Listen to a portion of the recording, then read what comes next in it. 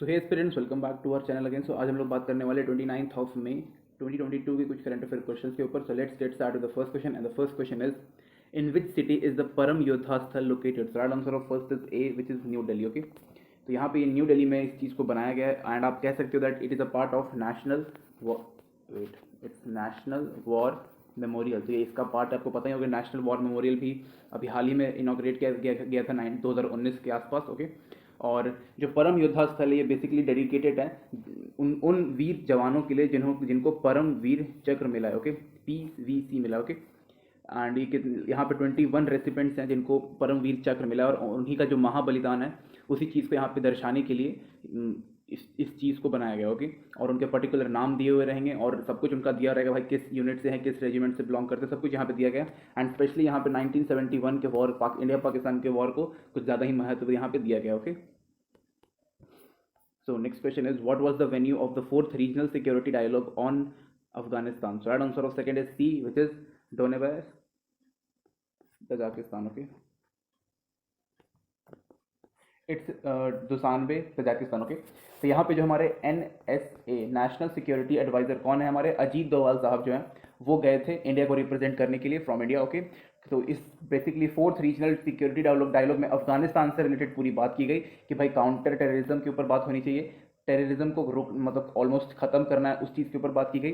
साथ में यहाँ पर रीजनल पीस एंड सिक्योरिटी ऐसा होना चाहिए यहाँ पे, हाँ, रीजनल पीस एंड सिक्योरिटी के ऊपर बात की गई और बताया गया कि भाई जो भी अफगानिस्तान में चल रहा है वो सही नहीं है, उसको बहुत ही सीरियस तरीके से लिया जाए। और इस फोर्थ एडिशन का यहाँ पर ठीक होगा। एंड यहाँ पे जो रीजनल सिक्योरिटी डायलॉग है इसके अंदर तजाकिस्तान, उसके बाद Russia, Kazakhstan, Uzbekistan, Iran, Kyrgyzstan and China, ये सारी कंट्रीज यहाँ पे आए हुए थे। एंड रीज़न इज़ दैट कि रशिया को छोड़ करके जितने भी मैंने कंट्रीज़ बताया, रशिया और कुछ कंट्रीज़ को छोड़ करके यहाँ पे ऑलमोस्ट सारी कंट्रीज़ के साथ अफगानिस्तान थोड़ा सा रिस्क रहता ही है कि भाई वहाँ पर जो सरकार अभी तालिबान की बनी है वो सही नहीं है, डेमोक्रेसी वाली नहीं है, कुछ भी कर रही है कभी भी। तो उस चीज़ को यहाँ पे थोड़ा ध्यान में रखने के लिए ये सारी चीज़ें की जाती है। Okay, and as I told you कि यहाँ पे ये फोर्थ नंबर का रीजनल सिक्योरिटी डायलॉग हुआ है। ओके, और ये अफगानिस्तान के ऊपर हुआ है। Okay, so moving to the next question, which state government constitute the drafting committee under recently retired Supreme Court Justice Ranjan Desai to implement uniform civil code? Okay, तो यहाँ पे तो ये right answer of third is B which is Uttarakhand. तो यहाँ पे 5 members की committee बनाई गई थी और उसके हेड कौन थे, सुप्रीम कोर्ट के रिटायर्ड जज justice Ranjana Desai. It's not Ranjan, it's Ranjana Desai. Okay, and यहाँ पे यूनिफॉर्म सिविल कोड क्या होता है? यूनिफॉर्म सिविल कोड का सिंपल मतलब होता है to treat all the people equal, to provide equal status, no discrimination, जितनी भी और लाइक जितनी। ओके, यहाँ पे ये बहुत ही बेसिक चीज़ मैंने आपको बताया, नो डिस्क्रिमिनेशन, इक्वल स्टेटस, सब कुछ यहाँ पे करने के बाद बेसिकली उत्तराखंड में आप सबको पता है कि भाई उत्तराखंड को हम लोग देव भूमि भी बोलते हैं। तो वहाँ पे जितनी भी रीजनल कम्युनिटीज़ हैं उन सबको इक्वली ट्रीट करने के लिए इस चीज़ को यहाँ पे इंप्लीमेंट करने की बात की गई है।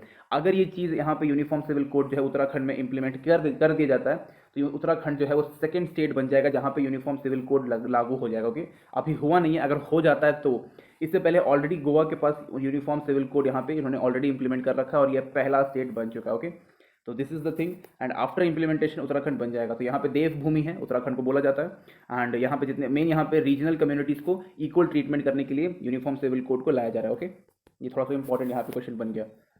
So moving to the next question, who is the author of the novel Tom to Sand, originally titled Rithas Mausoleum, which has won the 2022 International Booker Prize? So right answer of fourth is it's C, which is Gitanjali Shri. तो ये जो किताब है यहाँ पे tomb of sand, ये हिंदी में लिखा गया है और इसको इंग्लिश में मतलब सॉरी हाँ इंग्लिश में ट्रांसलेट करने का यहाँ पे एक रॉकवेल नाम की एक मैडम है, उन्होंने किया है। ओके, मुझे इनका नाम मैंने ठीक से याद नहीं किया बट इट्स रॉकवेल, इतना मुझे याद है, रॉकवेल। ओके, तो इन्होंने किया है और इन दोनों को ही सेम बुकर प्राइज मिल चुका है। ओके, और ये कह सकते हो आपकी इंडिया की ये पहली इंडियन लैंग्वेज की एक बुक है जिसको ये प्राइज इंटरनेशनल बुकर प्राइज यहाँ पे मिला है, जो कि बहुत बड़ी बात है और इसको काफ़ी ज़्यादा प्रेस्टिजियस भी माना जाता है। और साथ ही में यहाँ पे ये काफ़ी एक हाई प्रोफाइल अवार्ड भी है और जब भी जिस बंदे को ये अवार्ड मिलता है साथ ही में उसको यहाँ पे 50,000 पाउंड, नॉट रुपीज़, पाउंड, काफ़ी बड़ा अमाउंट होता है, इतना अमाउंट मिलता है। ओके, और जब ये अमाउंट मिला तो यहाँ पे गीतांजलि श्री ने आधा लिया इसका, यानी कि 25,000, और बाकी 25,000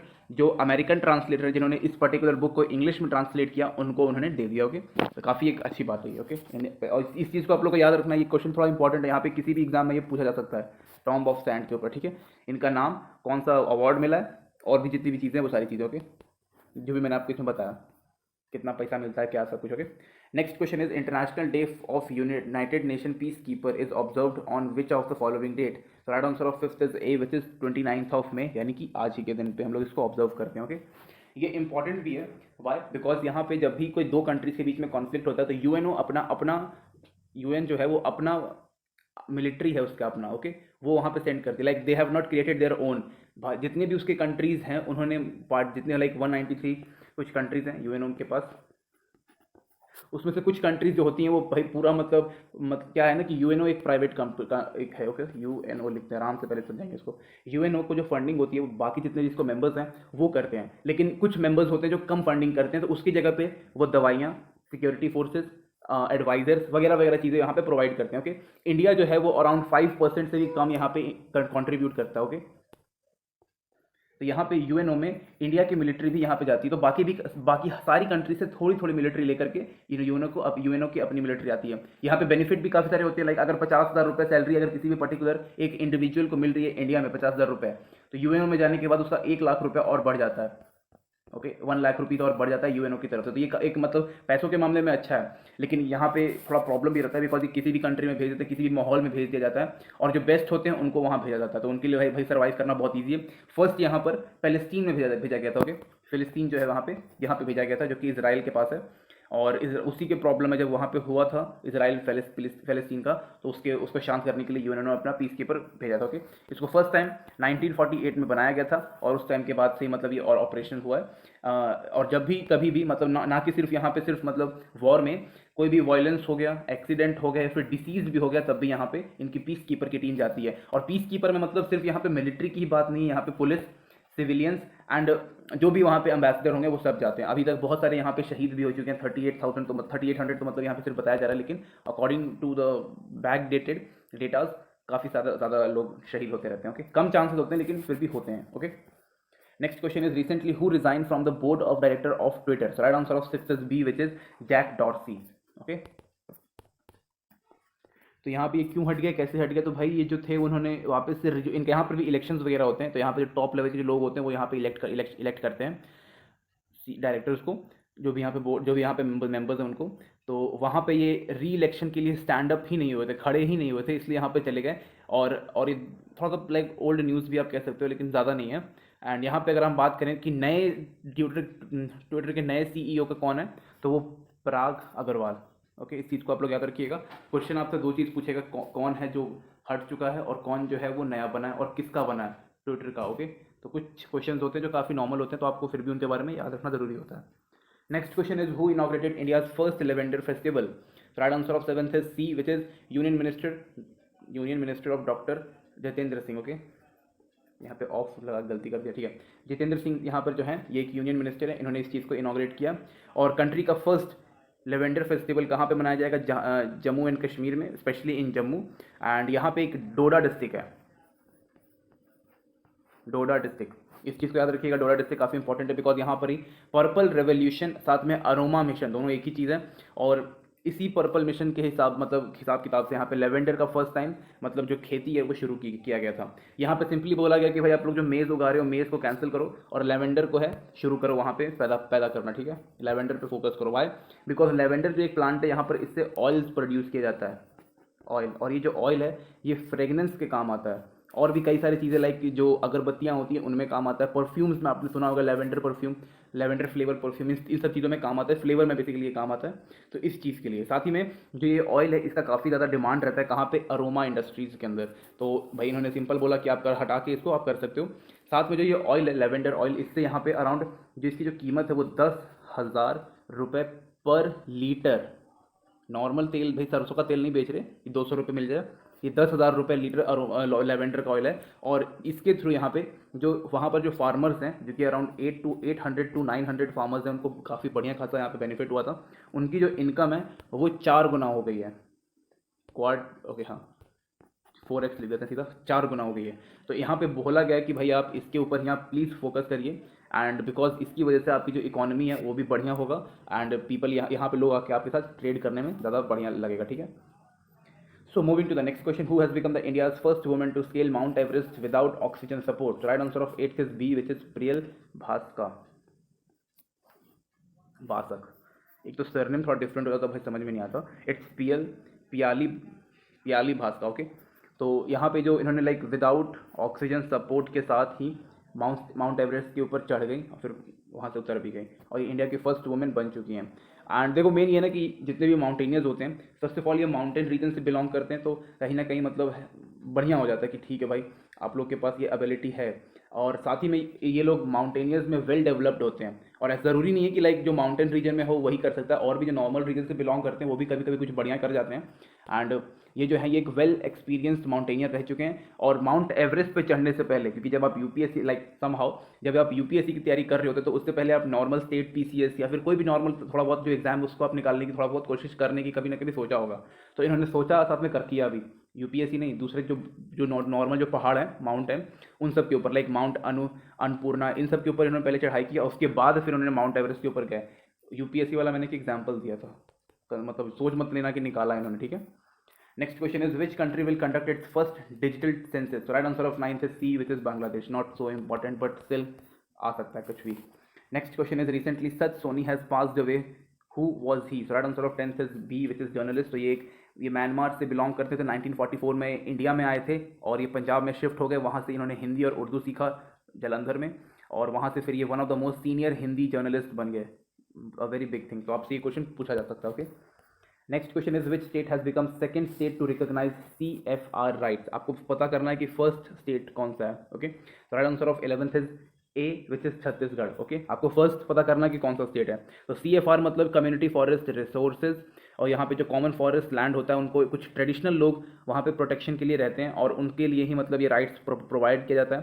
एंड वो लोग जो होते हैं वो वहाँ पे कंजर्व जो चीज़ें होती हैं ट्रेडिशनल चीज़ें होती हैं उनको कंजर्व करके रखती हैं, और जो वहाँ के लोग होते हैं वो वहाँ के एनिमल्स को कभी किल नहीं करते और ऑल्दो उनको प्रोटेक्ट करते हैं. ओके, तो ये सारी कुछ इंपॉर्टेंट चीज़ें हैं. आप CFR के ऊपर कम्युनिटी फॉरेस्ट रिसोर्स के ऊपर प्लीज़ एक बार बढ़िया से पढ़िएगा. Okay, that is really important. Next question is who represent India in the recent BRIC environment minister meeting. Right answer of 12th is B, which is Bhupendra Yadav. Bhupendra Yadav का post क्या है please जाके पता करिएगा. ब्रिक्स का आप लोग को पता है, it's Brazil, Russia, India, China and south Africa. Yes, south Africa 2010 में इंक्लूड हुआ था ब्रिक्स के अंदर. इससे पहले सिर्फ 4 ही कंट्रीज थी. और इन्वायरमेंट मिनिस्ट्री की मीटिंग हुई है. इट मीन्स कि यहाँ पे इन्वायरमेंट से रिलेटेड हर बात किया गया होगा. Climate change, solar power energy, green energy के ऊपर पूरी बात की गई है. And that is really important. India का अपना नेट जीरो इमिशन है 2070 का, उसको अचीव करना है. उससे पहले अचीव कर लेगा तब तो इंशाल्लाह हो जाएगा. एंड और भी बहुत सारी चीज़ें हैं लाइक इन्वायरमेंट को कैसे प्रोटेक्ट करें, इकोसिस्टम को कैसे बरकरार रखें, कैसे हम किसी भी पर्टिकुलर एनिमल को या फिर एक्सटिंक्ट एनिमल को कैसे प्रोटेक्ट कर सकते हैं, उन सब चीज़ों के ऊपर यहाँ पे बात होती है. Okay, next question is who has been awarded the excellence in cinema award at the French revival film festival. Right answer of 13th is B, which is Nawazuddin Siddiqui. One of the favourite, मतलब बहुत सही actor हैं. इन्होंने already gang of Wasseypur, sacred game जैसे बढ़िया web series में काम किया इन्होंने. एंड लाइक बेस्ट, तो इस चीज़ के लिए भी इनको मिला है because he is a excellent person. Excellent क्या कह सकते हैं यार, एक्टर हैं ये. और बेस्ट लगता है इनकी जब आप इनकी कुछ एक दो स्पीच आपको यूट्यूब पे मिल जाएगी काफ़ी बढ़िया. आप उनको सुनने के बाद लगेगा कि भाई अब अगला जो नेक्स्ट एग्जाम आएगा फोड़ ही दोगे आप. ठीक है, आपको याद रखना ये सारी ये कुछ इंपॉर्टेंट क्वेश्चन ये वाला हो सकता है. Okay, next question is which medal has been won by the India's longer jumper Murali Shri Shankar in 12th Greece international jumping meeting. Okay, right answer of 14th is A, which is gold. तो यहाँ पे India के खाते में एक और gold आ चुका है. 12th Greece international jumping meeting में हुआ था ये, और ये कहाँ पे हुआ था, एथेंस सिटी में. एथेंस ग्रीक की, अगर मैं गलत नहीं हूँ तो ग्रीस की कैपिटल है. और एथेंस से काफ़ी लाइक कह सकते हो काफ़ी पुरानी सिटीज़ में से एक है. यहाँ पे इंडिया को लॉन्ग जंप में मिला. तो लॉन्ग जंप कितना इन्होंने किया, तो वो था 8.31 मीटर्स का. Very great achievement. Okay, for India again gold मिला है, काफ़ी एक अच्छी बात है, proud moment for India. Okay, so next question is who has topped the recently IBA women's world boxing championship 2022. So right answer of 15th is B, which is Turkey. Okay, तो यहाँ पे IBA का full form होता है international boxing association, और ये 12th addition का था. इस चीज़ को आप लोग याद रखिएगा. यहाँ पे एक चीज़ और है, WBC C which is women's world boxing championship, यही इसी में यहाँ पे सब कुछ हुआ है। ओके, यहाँ पे टर्की नंबर 1 पे था, इंडिया नंबर 4 पे था। ओके, इस चीज़ को आप लोग याद रखिएगा, India is on number 4। India को यहाँ पे 3 मेडल्स मिले, जिसमें से एक था गोल्ड हमारा, उसके बाद 2 हमारा ब्राउन्स। गोल्ड किसको मिला? इट्स निखत जरीन। ओके, और निखत जरीन जो है वो 5th इंडियन बॉक्सर बन चुकी है जिन्होंने लाइक किसी लाइक वर्ल्ड चैंपियनशिप में गोल्ड जीता है। उसके अलावा 2 और हमारे ब्राउन्स हैं जिनका नाम मनीषा था और एक परवीन हुड्डा था।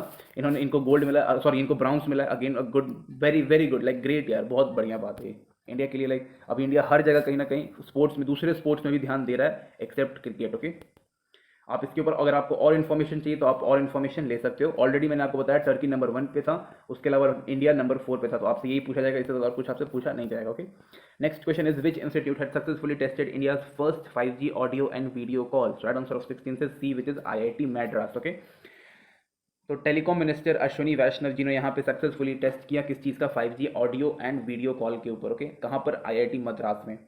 और जितना भी यहाँ पर टेक्नोलॉजी यूज़ किया गया था वो सब कुछ इंडिजीनियस था, इंडिजीनियसली डेवलप्ड टेक्नोलॉजी। कहीं ना कहीं आत्मनिर्भर भारत का यहाँ पे काफ़ी बढ़िया तरीके से परचम लहराया जा रहा था। ओके, मैं भी कुछ और बोल देता अभी, ठीक है। और जितना भी इंटायर नेटवर्क डिज़ाइनिंग था, सब कुछ इंडिया में डेवलप किया गया था। हमने कुछ भी बाहर से नहीं मंगाया, इवन जो वहाँ वायर्स यूज़ किए गए थे वो भी हमने खुद से बनाए थे, ऐसा वहाँ पे आर्टिकल में लिखा हुआ था। ओके, अगेन यहाँ पे मैं आंसर IIT मैड्रास है। Okay, next question is which has become the first crypto company to enter the fortune 500 list? तो right answer of 17 is B which is Coinbase. Coinbase आप लोगों ने सुना होगा क्रिप्टो करेंसी की दुनिया में, लाइक अभी इसका नाम काफ़ी बढ़िया आ चुका है। इसका आउट ऑफ 500 जो फॉर्च्यून लिस्ट है, इसमें इसका जो रैंक है वो 437 आ चुका है, जो कि बहुत अच्छी बात है। इंडियन नहीं है, ये एक अमेरिकन बेस्ड कंपनी है। इसका जो अभी टर्नओवर था वो $7.8 बिलियन था, जो कि काफ़ी सही था, इसकी वजह से इसमें आया है। एंड ये 2021 का सेंसस के रिपोर्ट्स हैं इसके। ओके, एंड ये बेसिकली जो कॉइन बेस जो एक प्लेटफॉर्म है, ये एक एक्सचेंज प्लेटफॉर्म है। ओके, यहाँ पे आप लोग किसी भी क्रिप्टो करेंसी को खरीद सकते हैं, बेच सकते हैं, किसी को ट्रांसफर कर सकते हैं। इवन आप किसी भी क्रिप्टो करेंसी को यहाँ पे स्टोर करके लंबे समय तक रख सकते हैं, something like a bank. Okay, तो इस चीज़ को आप लोग याद रखिएगा। कॉइन बेस एक काफ़ी फेमस एप्लीकेशन है। ओके, इसका एक, हाँ, इसका ऐप भी आता है, वेबसाइट सब कुछ इसका दिया हुआ है। Next question is which country's MUGF bank has got approval to open a branch in Gift City? So right answer of 18th is C which is Japan. तो जापान का ये एक बैंक है, मुफ्जी बैंक। ओके, इसका full form I don't remember कि क्या दिया हुआ है, क्योंकि मेरे सिर्फ गिफ्ट सिटी का मुझे याद है। तो ये अहमदाबाद में गिफ्ट सिटी है, और गिफ्ट सिटी का फुल फॉर्म है Gujarat international financial tech city. Okay, यहाँ पे इस चीज़ को जब हम लोग जब ये अपना ब्रांच ओपन कर देंगे, तो यहाँ पे जितने भी डोमेस्टिक और इंटरनेशनल क्लाइंट्स हैं उनको काफ़ी एक ईजी वे प्रोवाइड कर दिया जाएगा इन्वेस्टमेंट के लिए, मनी ट्रांसफ़र के लिए, और मनी एक्सचेंज के लिए भी। वो नहीं हो पाएगा शायद, मनी एक्सचेंज नहीं हो पाएगा, लेकिन मनी ट्रांसफ़र के लिए काफ़ी अच्छा जाएगा। फॉरेन करेंसी लेंडिंग, जिसको हम लोग लाइक एक्सचेंज भी बोल सकते हैं। तो फॉरेन करेंसी का यहाँ पे जो इन्वेस्टमेंट है उसको आने के लिए हमें एक काफ़ी अच्छा ब्रिज मिल चुका है, जिसको हम लोग मुफ्जी बैंक बोलते हैं, जो कि जापान का है। ओके, और गिफ्ट सिटी का मैंने फुल फॉर्म बता दिया आपको, Gujarat international financial tech city in Ahmedabad. Okay, याद रखिएगा, इंपॉर्टेंट है ये वाला भी। Next question is who has chair the 40th Pragati Samvad? Okay, प्रगति संवाद। तो प्रगति का फुल फॉर्म क्या होता है? It's proactive governance and timely implementation. यहाँ पे प्रगति के आगे कभी कभी PM लिखा रहता है, तो PM मतलब प्रधानमंत्री जी। तो ये किसने किया था? नरेंद्र मोदी साहब ने। 40th एडिशन था ये। यहाँ पे काफ़ी सारे प्रोजेक्ट्स को यहाँ पे लॉन्च किया गया, स्पेशली यहाँ पे 8 अलग अलग प्रोजेक्ट हैं, उनको लॉन्च किया गया। साथ में यहाँ पे आप लोग को बता दूँ कि गति शक्ति संचार पोर्टल को भी लॉन्च करने की बात की गई, जो कि इम्प्लीमेंट करेगा 5G नेटवर्क को, और उसको जितना स्टेबल हो सके उतना बनाया जाएगा। साथ में यहाँ पे अमृत सरोवर के ऊपर भी काफ़ी ज़्यादा बात किया गया, बिकॉज करना है इनको बहुत, मतलब Amrit Sarovar is like a pond. तो ये अलग अलग वाटर बॉडीज़ को क्लीन करके वहाँ पे जो मरीन लाइफ है उसको अच्छा करना चाहते हैं, और कहीं ना कहीं उससे काफ़ी ज़्यादा एम्प्लॉयमेंट भी मिलेगा लोगों को। Okay, a good initiative by our प्रधानमंत्री नरेंद्र मोदी साहब। Next question is which state has received the Scotch Award in the field of education? So right answer of 20 is C which is West Bengal. तो waste Bengal की जो education system है वो कहीं ना कहीं बहुत अच्छा है, और इस एरिया में लाइक बिहार, झारखंड, वेस्ट बंगाल और इस में जो एरिया ये वाला है, इस एरिया में वेस्ट बंगाल अभी टॉप पे आ रहा है। ओके, और इनको एजुकेशन में ही टॉप मिला है, गोल्ड मिला है, गोल्ड स्कॉच गोल्ड अवार्ड मिला इनको, जो कि बहुत अच्छी बात है। साथ में यहाँ पे जो ममता बनर्जी हैं, जो कि यहाँ की सीएम हैं, उन्होंने school of higher education and tourism department को काफ़ी ज़्यादा मतलब कंग्रेचुलेट किया कि भाई आप लोगों की वजह से ही हमें यहाँ पे स्कॉच का गोल्ड अवार्ड मिला है, और काफ़ी बढ़िया बात है ये। और इसको 2003 से हम लोग मतलब शुरू कर दिया, इन्होंने इनिशिएट किया कि भाई हम स्कॉच अवार्ड देंगे अलग अलग फील्ड में इसको, और भी डिफरेंट डिफरेंट फील्ड है, लाइक गवर्नेंस हो गया, लिटरेसी हो गया, कल्चर, इन सब चीज़ों में इन सबको मिलता है। और एजुकेशन में वेस्ट बंगाल को मिला, which is good thing. Okay, next question is where is the head quarter of financial action task force located? So right answer of 21st is D, which is Paris. ये Paris में है। FATF में जो भी country आती है इसमें तीन अलग अलग स्टेज होती हैं। ओके, एक होता है वाइट, आई थिंक दो ही होती है, मैं दो आपको बताता हूँ, दो मेन यहाँ पे, एक ब्लैक लिस्ट है और एक ग्रे लिस्ट है। पाकिस्तान अभी ग्रे लिस्ट में है, UAE अभी ग्रे लिस्ट में है, और ब्लैक लिस्ट में कह सकते हो कि नॉर्थ कोरिया है। Okay, next question is the International Monetary Fund has its headquarter at which place? तो right answer of 22 is C, which is Washington DC। Okay, इस वाले में मतलब जो 10 के लास्ट क्वेश्चन है मैंने सिर्फ हेडक्वार्टर्स के ऊपर रखे हैं। Next question is the food and agricultural organisation is a specialised agency of United Nation, the headquarter of FAO is located at? So right answer of 23 is B, which is in Rome. आगे full form भी मैंने लिख दिया, तो आपको कोई problem नहीं होना चाहिए। Next question is which of this option is correct with respect to the headquarter of world wide fund for nature? So right answer of 24th is A, which is Gland, which is in Switzerland. Next question is the headquarter of which of these organization is located in New York? So right answer of 25th is C, which is UNICEF. Okay, world food programme शायद Italy में है, ये आप लोग check कर लो। ये UNESCO कहाँ पे है, वर्ल्ड फूड प्रोग्राम कहाँ है, ग्रीन पीस कहाँ पे? Okay, I am not remember, मुझे याद ठीक तरीके से नहीं है इसका। यूनेस्को शायद फ्रांस में, वर्ल्ड फूड प्रोग्राम आपका पेरिस में होगा शायद, वर्ल्ड फूड प्रोग्राम मेरे हिसाब से। ग्रीन प्लीज का प्लीज़ आप देख लीजिएगा, ये नीदरलैंड में, याद आ गया, नीदरलैंड्स में। Okay, Netherlands. Next question is Amnesty International has its headquarter at which place? So right answer of 26 is B, which is London. वो क्या है ना कि धीरे धीरे बीच बीच में कभी कभी थोड़ा दिमाग आगे पीछे हो जाता है।